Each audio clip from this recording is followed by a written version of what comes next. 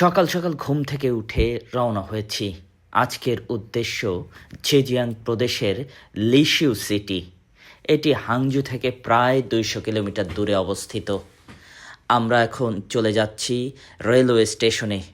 আমরা আজকে জীবনে একটা প্রথম অভিজ্ঞতা নিতে যাচ্ছি। আমরা বুলেট ট্রেনে করে হাংজু থেকে লিশিউ সিটিতে যাব।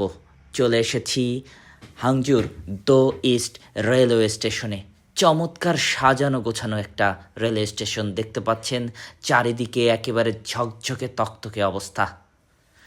মানে আমরা আসলে বিশ্বাস করতেই পারছি না, এত সুন্দর একটা রেলওয়ে স্টেশন। ওয়েস্ট এন্ট্রান্স থেকে আমরা ভেতরে প্রবেশ করলাম। এখানে প্রায় এয়ারপোর্টের মতো চেকিং হয়। আপনাকে পাসপোর্টের মাধ্যমে এই চেকিংটা ক্রস করতে হবে। পাসপোর্ট দেখিয়ে টিকিট দেখিয়ে আমরা ভেতরে ঢুকলাম আর অপেক্ষা করছি আমাদের কাঙ্ক্ষিত সেই ট্রেনের জন্য। আমাদের ট্রেন স্টেশনে চলে আসবে একেবারে ঠিক ৯টায়। আমরা এখানে বেশ আগে ভাগেই চলে এসেছি। প্রায় ৭টার দিকে রওনা দিয়ে আমরা এখন প্রায় ৮টা বাজে আমরা রেলওয়ে স্টেশনে চলে এসেছি এবং আমাদের প্রয়োজনীয় চেকিং করে আমরা একটু ভেতরে ঘোরাঘুরি করছি। দেখুন, আমি ফ্রন্ট ক্যামেরায় নিজেকে একটু ধারণ করে নিচ্ছি আর চারিদিকটা আপনাদেরকে একটু দেখানোর চেষ্টা করছি। দেখুন, এখানে যাত্রীরা সারিবদ্ধভাবে বসে আছে। খুবই সুশৃঙ্খল একটা রেলওয়ে স্টেশন। আমরা আস্তে করে ট্রেন ছাড়ার সময় কাছাকাছি চলে এসেছে, তাই আমরা নিচে প্ল্যাটফর্মে চলে আসলাম। এসেই দেখতে পেলাম একটা ট্রেন দাঁড়িয়ে আছে। এটা অবশ্য আমাদের সেই কাঙ্ক্ষিত ট্রেনটি নয়, এটা অন্য গন্তব্যে চলে যাবে।